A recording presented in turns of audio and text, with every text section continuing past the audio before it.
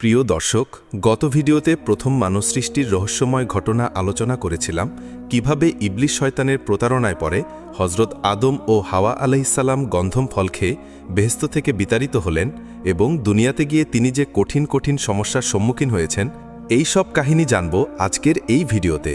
তাই মনোযোগ দিয়ে ভিডিওটি দেখতে থাকুন।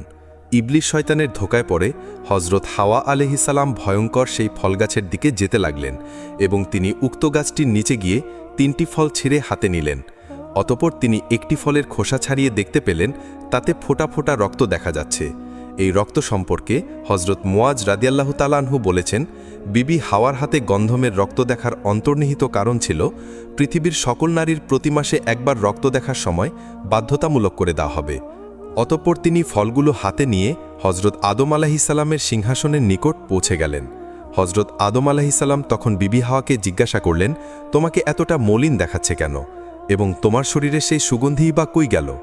বিবি হাওয়া আলাইহিসসালাম বললেন, আমি এক মহা বিপজ্জনক সংবাদ নিয়ে এসেছি। এটা শুনে হজরত আদম আলাইহিসসালাম বললেন, কিসের দুঃসংবাদ? হাওয়া বললেন, আল্লাহ তাআলা নাকি আমাদেরকে বেহেশত থেকে চিরদিনের জন্য বের করে পৃথিবী নামক স্থানে নির্বাসন দিবেন। এমতো অবস্থায় পৃথিবীতে না গিয়ে চিরদিনের জন্য বেহেশতে বসবাস করার একটা পন্থা আমি খুঁজে পেয়েছি। আল্লাহর এক ফেরেশতা আমাকে এই পন্থা বলে দিয়েছেন।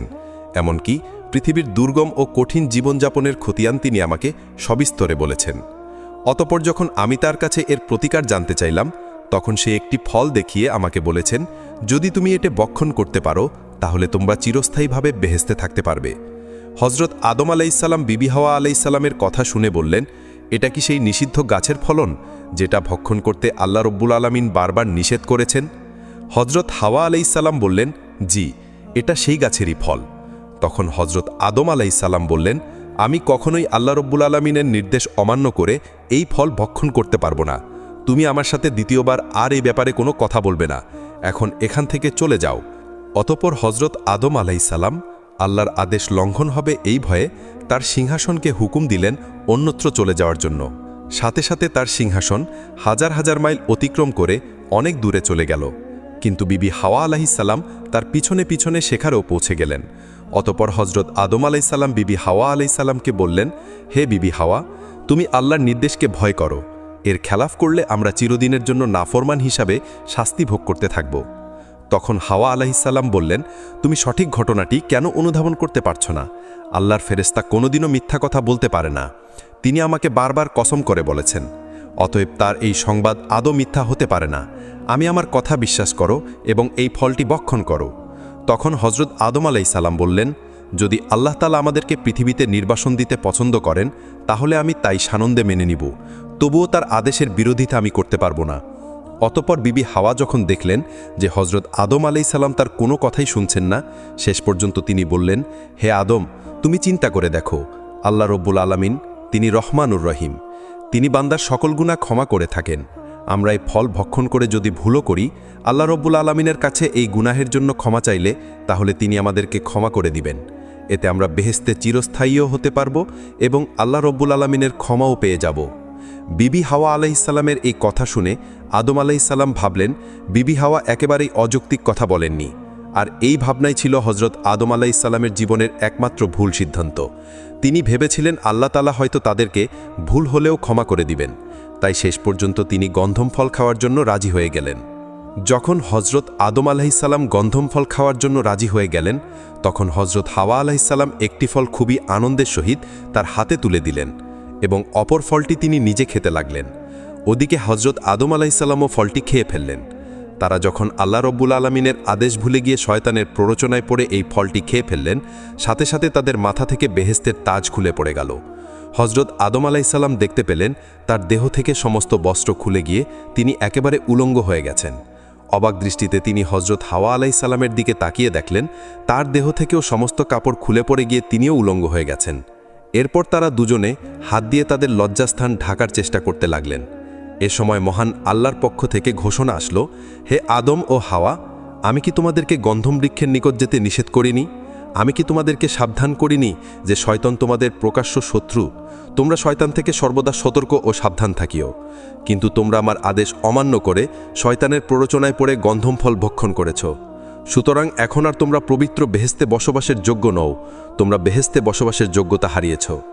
গন্ধম ফল ভক্ষণের ফলে হজরত আদম ও বিবি হাওয়া দুজনেই যখন বস্ত্র হারিয়ে উলঙ্গ হয়ে গেলেন, তখন দুজনেই তাদের লজ্জাস্থান ঢাকার জন্য আর কোনো বস্তু খুঁজে না পেয়ে বৃক্ষের পাতা দিয়ে তাদের লজ্জাস্থান ঢাকল। অতঃপর হজরত আদম ও হাওয়া নিজেদের এই চরম দুরবস্থায় দিশেহারা হয়ে এদিক সেদিক ছোটাছুটি করতে লাগলেন। এমন সময় তাদের প্রতি আল্লাহ রব্বুল আলামিনের পক্ষ থেকে আদেশ হলো, হে আদম ও হাওয়া, আমি তোমাদেরকে পূর্বেই বলেছিলাম তোমরা গন্ধম বৃক্ষটি থেকে সতর্ক থাকো এবং শয়তান তোমাদের প্রকাশ্য দুশ্মন, তোমরা শয়তান থেকে সর্বদা সতর্ক ও সাবধান থাকিও। কিন্তু তোমরা আমার আদেশ অমান্য করে শয়তানের প্ররোচনায় পড়ে গন্ধম ফল ভক্ষণ করেছ। সুতরাং এখন আর তোমরা পবিত্র বেহেশতে বসবাসের যোগ্য নও। তোমরা বেহেশতে বসবাসের যোগ্যতা হারিয়েছ। গন্ধম ফল ভক্ষণের ফলে হজরত আদম ও বিবি হাওয়া দুজনেই যখন বস্ত্র হারিয়ে উলঙ্গ হয়ে গেলেন, তখন দুজনেই তাদের লজ্জাস্থান ঢাকার জন্য আর কোনো বস্তু খুঁজে না পেয়ে বৃক্ষের পাতা দিয়ে তাদের লজ্জাস্থান ঢাকলেন। অতপর হজরত আদম ও হাওয়া নিজের এই চরম দুরবস্থায় দিশেহারা হয়ে এদিক সেদিক ছোটাছুটি করতে লাগলেন। এমন সময় তাদের প্রতি আল্লাহ রাব্বুল আলামিনের পক্ষ থেকে আদেশ হলো, হে আদম ও হাওয়া, আমি তোমাদেরকে পূর্বেই বলেছিলাম তোমরা গন্ধম বৃক্ষটি থেকে সতর্ক থাকো এবং শয়তান তোমাদের প্রকাশ্য দুশ্মন, তার প্রতারণায় তোমরা পড়িও না। কিন্তু তারপরেও যখন তোমরা সেই ভুল করেই ফেলেছ, অতএব এখন তোমাদেরকে শাস্তিস্বরূপ দুনিয়াতে নিক্ষেপ করা হবে। অতপর আল্লাহ রাব্বুল আলামিন ফেরেশতাদেরকে নির্দেশ করলেন, তোমরা আদম ও হাওয়াকে দুনিয়ার জমিনে নিক্ষেপ করো। সঙ্গে সঙ্গে আল্লাহ তাআলার নির্দেশ পালন করা হলো। হজরত আদম আলাইহিস সালামকে শিরোনদ্বীপ তথা সিংহল নামক স্থানে নামিয়ে দেওয়া হলো, আর বিবি হাওয়াকে নামিয়ে দেওয়া হলো জেদ্দা নামক শহরে। হজরত আদম ও বিবি হাওয়ার গন্ধম খাওয়ার পেছনে মূল ভূমিকা ইবলিস হলেও ময়ূর ও সাপ তাকে সাহায্য করেছিল। সুতরাং আল্লাহ তাআলা ময়ূর এবং সাপকেও বেহেশত থেকে বহিষ্কার করে দুনিয়াতে প্রেরণ করলেন। সবশেষে আল্লাহ রাব্বুল আলামিন ইবলিসকে লক্ষ্য করে বললেন, হে পাপিষ্ঠ ইবলিস, আমার আদেশ অমান্য করার জন্য তোমাকে পূর্বেই বেহেশত থেকে বহিষ্কার করেছিলাম। এখন পুনরায় তুমি আমার অনুমতি ছাড়া বেহেশতে প্রবেশ করেছ এবং আদম ও হাওয়াকে ধোঁকা দিয়েছ। এজন্যই তোমার তওবার রাস্তা চিরদিনের জন্য বন্ধ করে দিলাম এবং কিয়ামত পর্যন্ত তোমার উপর আমার অভিশাপ বর্ষিত হতে থাকবে। আর আজ থেকে তোমার জন্য আসমানের সকল দরজাগুলো বন্ধ করে দেওয়া হবে। এরপর ফেরেশতাগণ আল্লাহ রাব্বুল আলামিনের হুকুমে ইবলিসকেও পুনরায় বেহেশত থেকে বহিষ্কার করে দুনিয়াতে নিক্ষেপ করলেন। বেহেশত হতে হজরত আদম আলাইহিস সালাম মরুভূমি শরণদ্বীপে এবং বিবি হাওয়া আলাইহিস সালাম জেদ্দায় পতিত হয়ে চারদিকে অন্ধকার দেখতে লাগলেন। জনমানবহীন এমন অপরিচিত পৃথিবীতে এভাবে পতিত হয়ে তারা যেন উকুল দরিয়ায় ভাসতে লাগলেন। এত বড় প্রশস্ত দুনিয়ার জমিনে কে কোথায় রয়েছে তার ঠিকানা তাদের জানা ছিল না। সুতরাং বহুত দূরবর্তী দুটি স্থানে বসে তারা কেঁদে কেঁদে বুক ভাসাতে লাগলেন। হজরত আদম আলাইহিস সালাম শরণদ্বীপে কাঁদছিলেন, অপরদিকে জিদ্দায় বসে বিবি হাওয়া আলাইহিস সালাম একইভাবে ক্রন্দন করছিলেন। কোনো কোনো রেওয়ায়েতে পাওয়া যায় হজরত আদম ও বিবি হাওয়া আলাইহিস সালাম এইরূপ একাধারে নিরবিচ্ছিন্নভাবে ৩০০ বছর ক্রন্দন করেছিলেন। এমন অবস্থায় প্রায় ৩০০ বছর অতিবাহিত হলো। এরপর একদিন আল্লাহ রাব্বুল আলামিন তার দুঃখ জর্জরিত এই বান্দাটির দিকে মনোনিবেশ করলেন এবং তিনি হজরত জিব্রাইল আলাইহিস সালামকে নির্দেশ দিলেন, তুমি আমার বান্দা আদমের কাছে গিয়ে বলো সে যেন মক্কা শরীফে হজ করার জন্য রওনা হয়ে যায়। আল্লাহর আদেশ পেয়ে হজরত আদম আলাইহিস সালাম সঙ্গে সঙ্গে মক্কার দিকে রওনা হলেন। মুফাসসিরিন কেরামগণ বলেছেন, যখন আদম আলাইহিস সালাম সেখান হতে মক্কার দিকে রওনা করেছিলেন, আল্লাহ রাব্বুল আলামিন তখন শরণদ্বীপ হতে মক্কা শরীফ এতই নিকটবর্তী করে দিয়েছিলেন যে মাত্র ৩০ বার কদম ফেলে হজরত আদম আলাইহিস সালাম মক্কা শরীফের দিকে পৌঁছে গেলেন। মক্কা শরীফে পৌঁছে হজরত আদম আলাইহিস সালাম আরাফাতে জাবালে রহমত নামক স্থানে গিয়ে বসে পড়লেন। এ সময় তিনি শারীরিক ও মানসিক ক্লান্তিতে একেবারেই দুর্বল হয়ে পড়েছিলেন। আরাফাতের সেই স্থানে বসে হজরত আদম আলাইহিস সালাম চোখের অশ্রু ফেলে আল্লাহ রাব্বুল আলামিনের দরবারে প্রার্থনা করতে লাগলেন, হে মাবুদ, আপনি আমার ও আমার স্ত্রীর গুনাহগুলো মাফ করে দিন। আমি জানি না সে এখন কোথায় ও কিভাবে রয়েছে, সম্ভবত তারও জানা নেই যে আমি কোথায় আছি এবং কিভাবে আছি। হে মাবুদ, আপনি আমাদের উভয়ের প্রতি করুণা বর্ষণ করুন, আমাদের ভুলগুলো ক্ষমা করে দিয়ে পুনরায় আমাদের মিলন ঘটিয়ে দিন। হজরত আদম আলাইহিস সালামের এই প্রার্থনা কিছুটা ফলদায়ক হলো। তিনি ঊর্ধ্ব আকাশের দিকে দৃষ্টিপাত করে মোনাজাত করছিলেন। আল্লাহর অসীম রহমতে তার চোখের পর্দা অপসারিত হয়ে গেল। হজরত আদম আলাইহিস সালামের চোখের সামনে এবার আল্লাহ রাব্বুল আলামিনের আরশে মুআল্লার অপূর্ব দৃশ্য ভেসে উঠল। তিনি দেখতে পেলেন আকাশের গায়ে লিখিত রয়েছে, লা ইলাহা ইল্লাল্লাহু মুহাম্মাদুর রাসূলুল্লাহ সাল্লাল্লাহু আলাইহি ওয়াসাল্লাম। এই কালিমা দেখে হজরত আদমের দীর্ঘদিনের পুরানো স্মৃতির কথা মনে পড়ে গেল। যখন আল্লাহ রাব্বুল আলামিন তাকে সৃষ্টি করেছিলেন, সৃষ্টি হবার পরে মাথা উঁচিয়ে তিনি আল্লাহ রাব্বুল আলামিনের আরশে মুআল্লায় এই কালিমাটি দেখতে পেয়েছিলেন। এরপর হজরত আদম আলাইহিসসালাম আল্লাহ রাব্বুল আলামিনের দরবারে 2 হাত তুলে পুনরায় মিনতি পেশ করতে লাগলেন, হে আমার প্রতিপালক, আপনি আপনার প্রিয় হাবিব মোহাম্মদ সাল্লাল্লাহু আলাইহি ওয়াসাল্লামের বরকতের ওসিলায় আমাদেরকে গুনাহ মুক্ত করে দিন। যখন হজরত আদম আলাইহিসসালাম রাসূলে করিম সাল্লাল্লাহু আলাইহি ওয়াসাল্লামের ওসিলা দিয়ে দোয়া করলেন, তখন আল্লাহ রাব্বুল আলামিনের দয়ার সাগরে জোশ উঠে গেল। সঙ্গে সঙ্গে তিনি হজরত আদম আলাইহিসসালামের প্রার্থনা কবুল করে তার ও তার স্ত্রী হজরত হাওয়া আলাইহিসসালামের গুনাহ ক্ষমা করে দিলেন। এরপর আল্লাহ রাব্বুল আলামিন জিব্রাইল আলাইহিসসালামের মাধ্যমে আদম আলাইহিসসালামকে জানিয়ে দিলেন। হজরত জিব্রাইল আলাইহিসসালাম আদম আলাইহিসসালামকে বললেন, হে আদম, আপনি এবার আপনার দোয়ার মধ্যে মুহাম্মদ সাল্লাল্লাহু আলাইহি ওয়াসাল্লামের উসিলা উল্লেখ করেছেন, আর এই কারণে আল্লাহ রাব্বুল আলামিন আপনার দোয়া কবুল করে নিয়েছেন এবং আপনার ও আপনার স্ত্রীর সকল গুনাহ তিনি ক্ষমা করে দিয়েছেন। এই দোয়া যদি আপনি গুনাহ করার পরে বেহেশতে থাকতেই করতেন, তাহলে আল্লাহ রাব্বুল আলামিন সেখানেই আপনাদের গুনাহ ক্ষমা করে দিতেন, আপনাদের আর দুনিয়াতে আসার প্রয়োজন হতো না। তখন হযরত আদম আলাইহিসসালাম বললেন, হে জিব্রাইল, এতদিন আমি কালেমা কি এমনভাবে ভুলে গিয়েছিলাম যে আমি কিছুতেই তার কথা মনে করতে পারছিলাম না, কিন্তু আজ হঠাৎ আল্লাহ রাব্বুল আলামিনের মেহেরবানিতে আমার সেই কালেমার কথা মনে পড়ে যায় এবং আমি সেই কালেমার ওসিলা দিয়ে আল্লাহ রাব্বুল আলামিনের কাছে দোয়া করলাম। ফিরেশতা জিব্রাইল আলাইহিসসালামের সাথে হযরত আদম আলাইহিসসালামের এরূপ কথোপকথন চলছিল। হঠাৎ হযরত আদম আলাইহিসসালামের চোখের দৃষ্টি দূরের একটি প্রান্তরের দিকে পড়ল। তিনি দেখতে পেলেন জেদ্দার দিক থেকে বিবি হাওয়া ধীরে ধীরে তার দিকে এগিয়ে আসছেন। এই দৃশ্য অবলোকন করে হযরত আদম আলাইহিসসালাম আর বসে থাকতে পারলেন না। তিনি দ্রুত এগিয়ে আগমনরত বিবি হাওয়াকে জড়িয়ে ধরে আকুলভাবে কাঁদতে লাগলেন। বিবি হাওয়াও দীর্ঘকাল পরে এভাবে স্বামীকে ফিরে পেয়ে অবাধে শিশুর মতো ফুপিয়ে ফুপিয়ে কাঁদতে লাগলেন। সুদীর্ঘ ৩০০ বছর বিচ্ছেদের পর স্বামী স্ত্রীর এইভাবে সাক্ষাৎ লাভের এই অপূর্ব দৃশ্যের সত্যি বুঝি নজির মেলা ভার। হযরত আদম আলাইহিসসালাম ও বিবি হাওয়া আলাইহিসসালামের ক্রন্দন যেন কিছুতেই থামছে না। তাদের এই কান্নার দৃশ্য জমিন ও আসমানের অসংখ্য ফিরেশতা অবলোকন করছিল। তারা সকলেই তাদের কান্নার সাথে সামিল হল এবং আল্লাহ রাব্বুল আলামিনের দরবারে শুকরিয়া আদায় করল। দীর্ঘকাল পরে হযরত আদম ও বিবি হাওয়ার যে স্থানে সাক্ষাৎ হয়েছিল, সেই স্থানকেই আমরা বর্তমানে আরাফাতের ময়দান বলে চিনি। প্রিয় বন্ধুগণ, এরপর সরলমতি আদম ও হাওয়া বেহেশতে থাকাকালীন সময় যতটা সহজ সরল ছিলেন, এই ঘটনার পরে তারা বহুগুণ সতর্ক ও সাবধান হয়ে বাকি জীবন অতিবাহিত করতে লাগলেন। শয়তানের পক্ষে পৃথিবীতে এসে আদম আলাইহিসসালামকে দ্বিতীয়বার আর কোনো বিপদে ফেলা সম্ভব হয়নি, কিন্তু শয়তান হযরত আদম আলাইহিসসালামের সন্তানদের মধ্যে নিজের প্রভাব ও প্রসারতা বিস্তার করতে সক্ষম হয়েছিল, যেই ঘটনা জানলে আপনি আরও অবাক হবেন। এরপর হযরত আদম আলাইহিসসালাম ও বিবি হাওয়াকে আল্লাহ তাআলা স্থায়ীভাবে সিংহলে বসবাসের আদেশ দেন। তারা আল্লাহ তাআলার হুকুম অনুসারে সেখানে বসবাস করতে আরম্ভ করেন। সেখানে তাদের সন্তান সন্ততি জন্ম নেয়। আল্লাহ তাআলার বিধান হিসেবে বিবি হাওয়া একত্রে 2টি সন্তান প্রসব করতেন, একটি ছেলে অপরটি মেয়ে। এই পদ্ধতির রহস্য ছিল এক জোড়ের ছেলে অপর জোড়ের মেয়ের সাথে এবং অপর জোড়ের মেয়ে প্রথম জোড়ের ছেলের সাথে বিবাহ বন্ধনে আবদ্ধ করা হতো। হযরত আদম আলাইহিসসালামের প্রথম যে জোড়া সন্তান জন্ম হয়, তার ছেলের নাম কাবিল ও মেয়ের নাম রাখা হয় একলিমা। একলিমা ছিল খুব সুন্দরী ও রূপসী। দ্বিতীয়বার হযরত আদম আলাইহিসসালামের যে সন্তান জন্ম নেয়, তার ছেলের নাম রাখা হয় হাবিল ও মেয়ের নাম রাখা হয় সাজা। দ্বিতীয়বারের কন্যাটি তেমন সুন্দরী ছিল না। এভাবে প্রতি বছর বিবি হাওয়া এক জোড়া করে সন্তান জন্ম দিতে আরম্ভ করেন। ইতিহাস সূত্রে যতদূর জানা যায়, তাতে বিবি হাওয়া সর্বমোট 180 জোড়া সন্তানের জন্ম দিয়েছিলেন বলে কথিত আছে। প্রথম ও দ্বিতীয় জোড়ের সন্তানেরা যখন বড় হয়, তখন একদিন আল্লাহ তাআলা হযরত জিব্রাইল আলাইহিসসালামকে হযরত আদম আলাইহিসসালামের কাছে প্রেরণ করলেন। হযরত জিব্রাইল আলাইহিসসালাম উপস্থিত হয়ে বললেন, হে আল্লাহর নবী, আপনার প্রথম 2 জোড়ার পুত্র কন্যাদের বিবাহের বয়স হয়েছে। আল্লাহ তাআলার উদ্দেশ্য হল মানবজাতির বংশ বিস্তার করা, অতএব আপনি তাদের মাঝে বিবাহের কাজ সম্পাদন করুন। তবে এক্ষেত্রে আল্লাহ তাআলার নির্দেশ হল, একই জোড়ের পুত্র কন্যার মাঝে বিবাহ সংঘটিত হতে পারবে না, বরং প্রথম জোড়ের পুত্রের সাথে অপর জোড়ের কন্যার বিবাহ হবে এবং দ্বিতীয় জোড়ের পুত্রের সাথে প্রথম জোড়ের কন্যার বিবাহ হবে। সাবধান, কোনোভাবেই যেন একই জোড়ের পুত্র কন্যাদের মাঝে বিবাহ সংঘটিত না হয়। এই বলে হযরত জিব্রাইল আলাইহিসসালাম বিদায় গ্রহণ করলেন।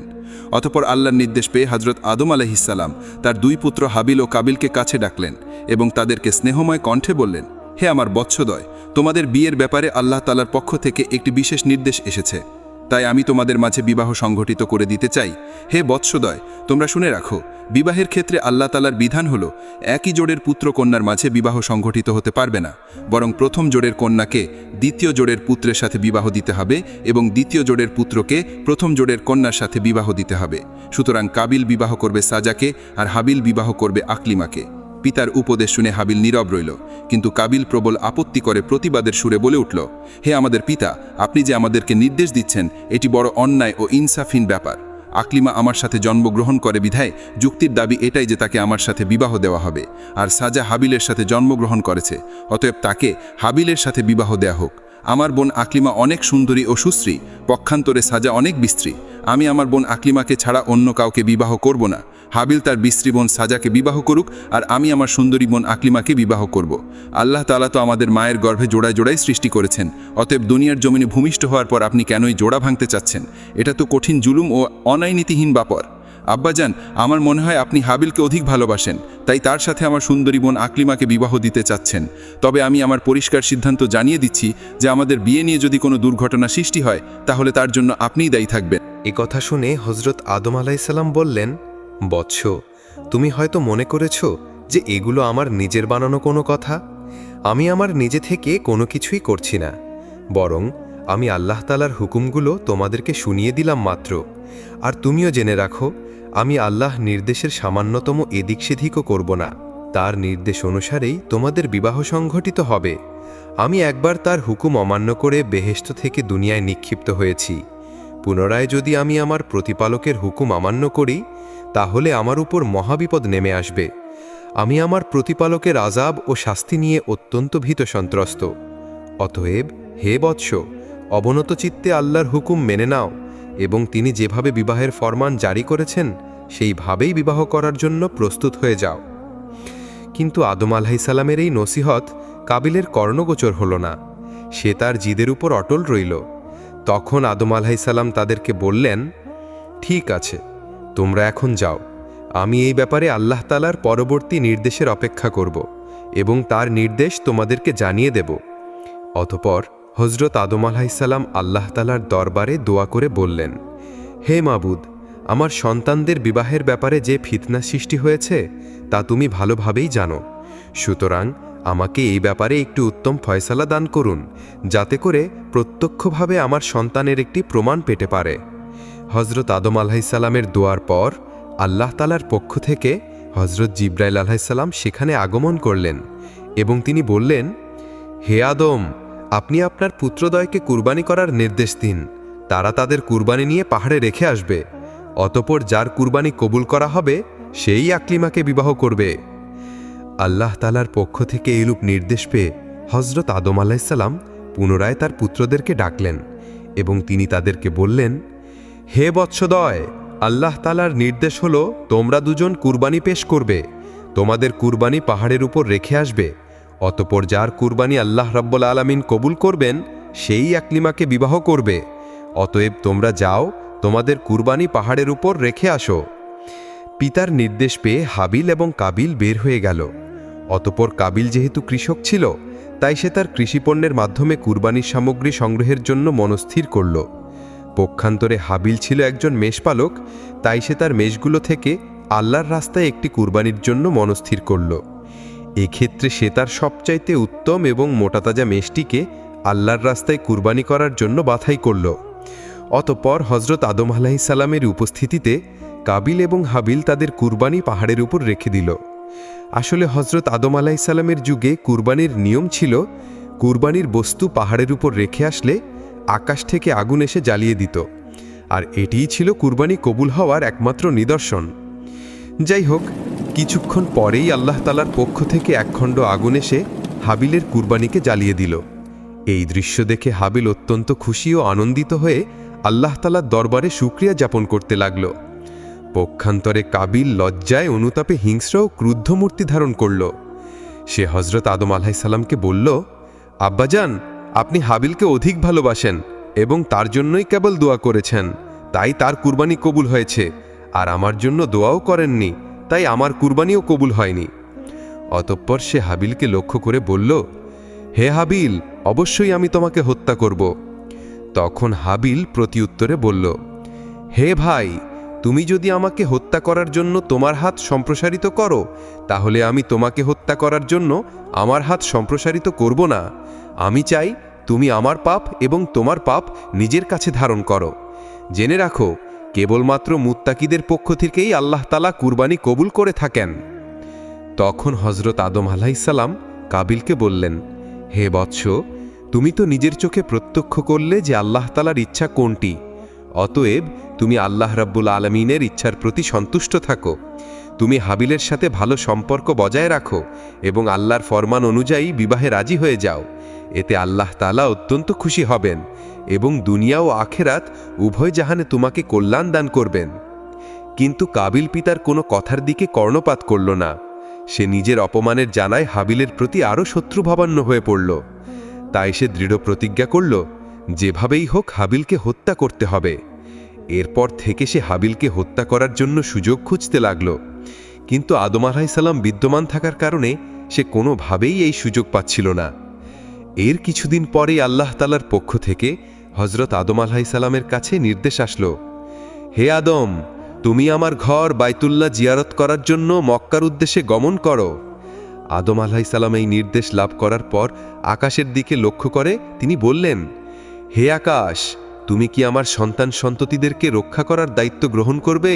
প্রত্যুত্তরে আকাশ বলল, হে নবী, আমি এই দায়িত্ব গ্রহণ করতে পারব না। প্রিয় বন্ধুরা, আজকের ঘটনাটা ছিল বেশ লম্বা এবং গভীর। সুন্দরী বোন আকলিমার জন্য কিভাবে কাবিল তার ভাই হামিলকে হত্যা করল, আর পরবর্তীতে আকলিমার বিবাহ কার সাথে হয়েছিল, এক ভিডিওতে সেই পুরো কাহিনী তুলে ধরা আমার পক্ষে সম্ভব হলো না। তাই আজকের আলোচনাটি এখানেই শেষ করছি। বাকি অংশ নিয়ে ইনশাআল্লাহ আগামী ভিডিওতে ফিরে আসব। আগামী দিনের ঘটনাগুলো আপনাদের হৃদয়ে নাড়া দেবে। বন্ধুরা, আজকের অংশটুকু কেমন লেগেছে অবশ্যই কমেন্ট করে জানাতে ভুলবেন না। এরকম আরো সুন্দর ও উপকারী ভিডিও পেতে আমাদের চ্যানেলটি সাবস্ক্রাইব করে পাশে থাকুন।